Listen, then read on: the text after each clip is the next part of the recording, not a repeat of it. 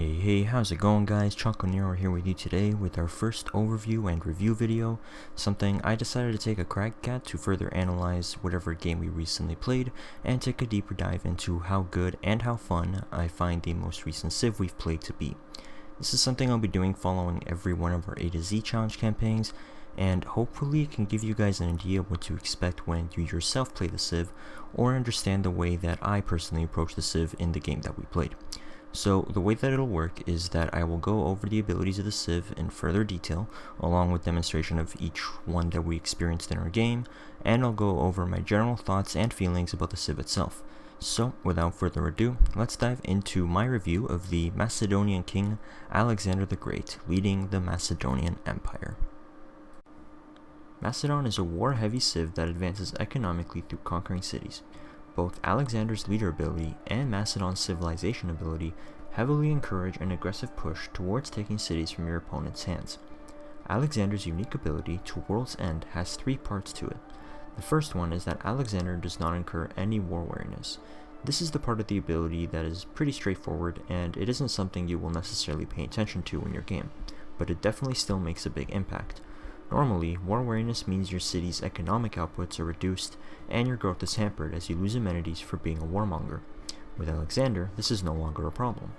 Amenities isn't something that's ever really hard to control or ensure doesn't get into bad situations, but this ability can allow for small things such as not having to build a few entertainment complexes or not being so needy for luxury resources. Granted, once your empire gets wide, there isn't anything you could really do and amenities will be a problem, but Alexander suffers way less from this. The second part of To World's End is that his entire army is healed immediately once he's captured a city with at least one world wonder in it. This is not a stacking ability, so it does not matter how many wonders are in the city. So long as there is one, your entire army will be healed completely back to full health. This ability gives Alexander an edge over other civs when it comes to pushing into an enemy's territory. With any other civ, if you are making a push, you will most likely find your army is low health at some point, and you'll have to heal units before you can keep going. This gives time for your opponents to do a bunch of things, like maybe build up a defense, or take out any vulnerable units you have lying around. They can also maybe heal their own units that were sitting around with low health, and they can bring in any troops that they may have had elsewhere in their empire. With Alexander, now that your entire army gets healed, you can just keep the ball rolling. No longer do you need to get your troops back to health, considering that simply capturing a wonder city now heals your entire army.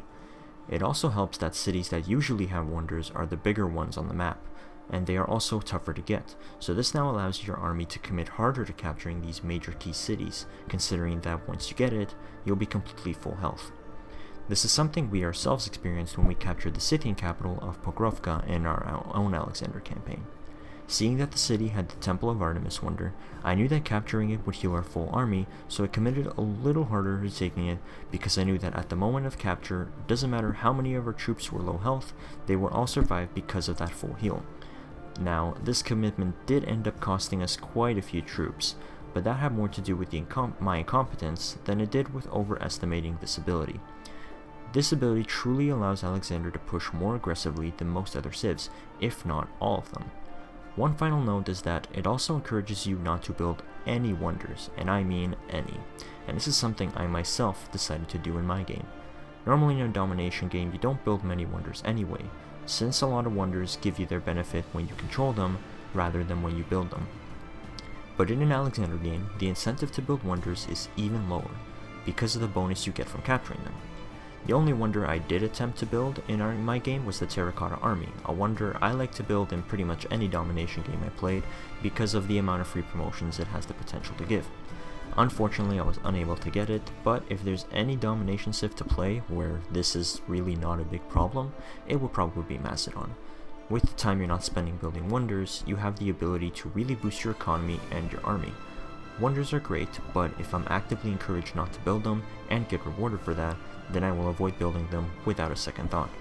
This gave us time to build up our encampments, spam out units, increase our golden culture, which we needed on our rush to totalitarianism, and just generally build up an empire that I normally can't do so well when I'm not building wonders.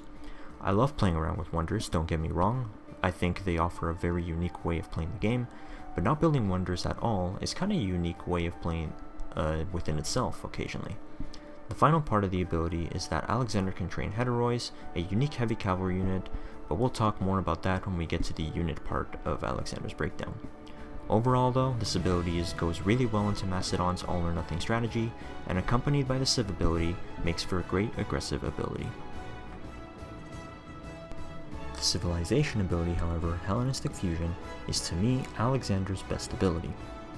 Prior to this game, I actually didn't realize just how insane this ability can actually get. Hellenistic Fusion provides a free Eureka for every campus and or encampment in a city that you capture, and a free inspiration for every holy site and or theater square in a city that you capture as well. Initially, I thought this ability only applied at the moment you capture a city, but as I found out when playing our own campaign, it applies when you build one of these districts in a captured city as well. How does this make the ability insane, you might ask? Let's do an example. Let's say that you take out a neighboring civ by around turn 100, similar to how we took out the Inca in our own Domination campaign. You captured all 4 of these cities, and in those 4 cities you built a combined 3 campuses, 4 encampments, 1 theater square, and 2 holy sites. Just from building up your cities and placing down these districts, you've earned 7 free Eurekas and 3 free inspirations. That might not seem like a lot in the grand scheme of things, but consider the fact that you're getting these boosts for free, simply by just building up your cities and placing these districts down, which you would have done anyway considering that you have to do so as you go through the game. With Hellenistic Fusion, you get rewarded by speeding through the tech and civic trees faster just for building up your cities, something that is recommended you do anyway. Considering that you normally capture a ton of cities when playing a Domination game, this just ends up giving you so many free Eurekas and inspirations, and it helps make up for if you find that you're having low science or culture yields throughout your empire. In our game, the free boosts helped us stay close to the more ahead civs in the game, and by the end, we had actually ended up having every single tech in the tech tree boosted, all the way up until the future tech, which is the only tech that you can't actually boost, and this just shows how many boosts you can actually earn out of this ability. There are techs and civics that I am almost never able to get the boost for, usually the ones that require a spy or a great scientist for. With Hellenistic Fusion, getting boosts has honestly never been easier, especially when your army just continues to snowball into the late game, and you're just earning boosts left and right. Boosts take 2/5 of the research time necessary for techs and civics away, and so the reason I think this ability is so strong is that with enough captures, you're able to really pull ahead of your enemies faster than usual because of all the free boosts you're rewarded. Both Hellenistic Fusion and To World's End are abilities that are triggered from capturing cities. This makes them sync up really well and gives Alexander a lot of incentive to go to war. If you can achieve these wars, you are able to absolutely snowball out of control. However, if you aren't, you might find that you end up falling into a disadvantage. Thankfully, Alexander has a building and units that can ensure your war goes successfully.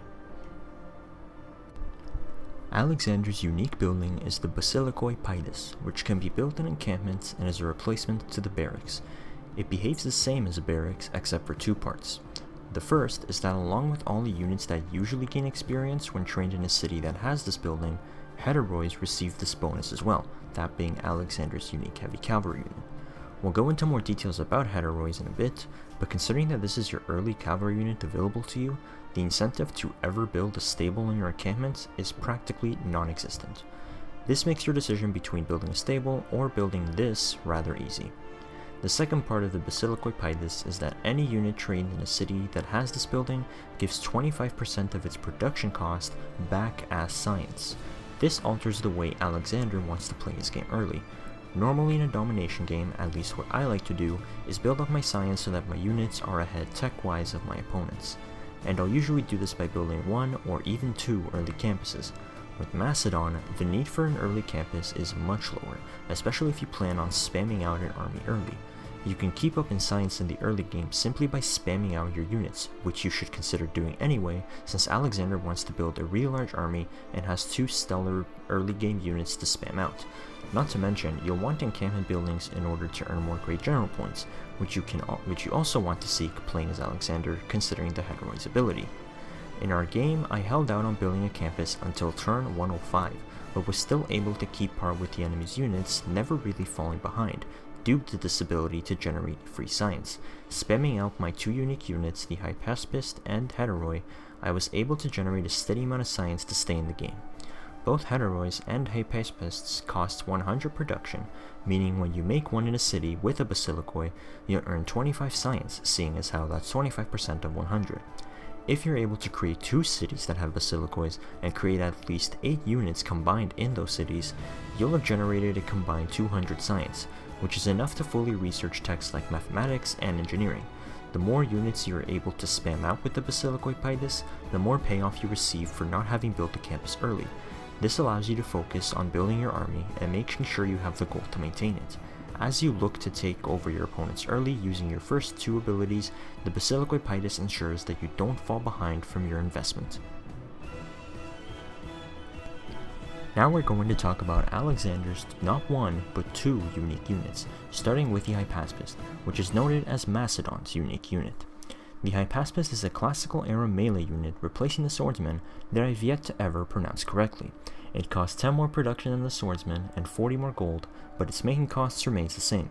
Unfortunately, even though it's slightly more expensive to make, the Hypaspist does not have greater combat strength than the swordsman. It remains the same at 36. However, that does not mean the unit is a bust. Its main intention is to make city captures easier. It receives plus 5 combat strength when besieging a district, meaning when it puts a city under siege, it can do more damage to the city for free, further helping with Alexander's pursuit of conquering everything.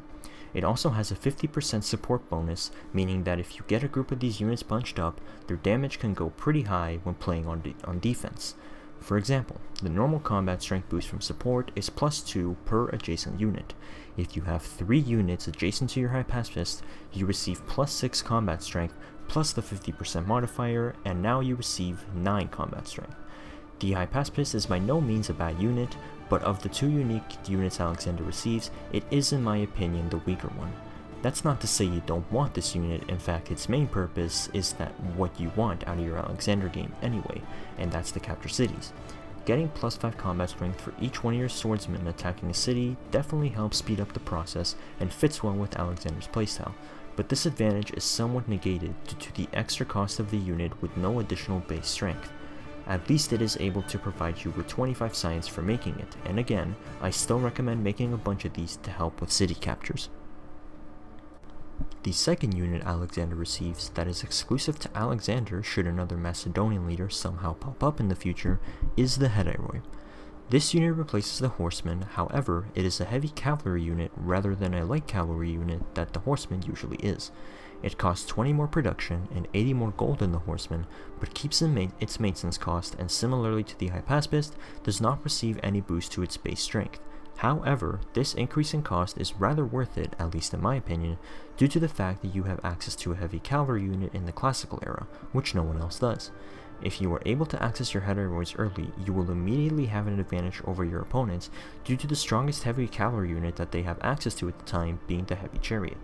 Now, while it isn't the stronger than the horseman in base strength, it being a heavy cavalry unit allows for you to have an easier time capturing cities, just like the Hypaspist. Promotions for heavy cavalry units allow them to hit harder than light cavalry, while light cavalry's promotions tend to lean towards more movement and pillaging abilities. This makes it preferable for Alexander to go for heavy cavalry units, seeing as your main goal is city capturing and hitting as hard as you can. But aside from being a classical era heavy cavalry unit, the Heteroi also plays nicely into Macedon's encampment rush.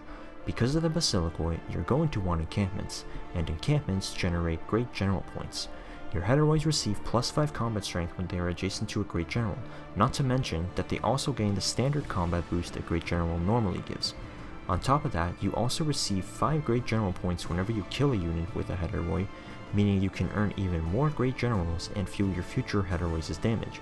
Usually, I'll look to earn as many great generals as possible early, and then just stick one to a Heteroi whenever possible. Overall, both of Alexander's unique units work really well at doing what you want to be doing as Alexander, and that is capturing cities. The Hypaspist is a swordman that does better at attacking cities, and the Heteroi is an early heavy cavalry unit you can use to give yourself some promoted knights in the medieval era and keep your train of great generals coming in as fast as you can. With his abilities, Alexander is geared towards one thing and one thing only, and that is domination. Similar to how Korea dominates in science and Greece dominates in culture, Macedon dominates in domination, having all their abilities geared around building an army without falling too behind and capturing cities. If Macedon is not at war, they are probably doing something wrong, even more so seeing as how they don't suffer war weariness.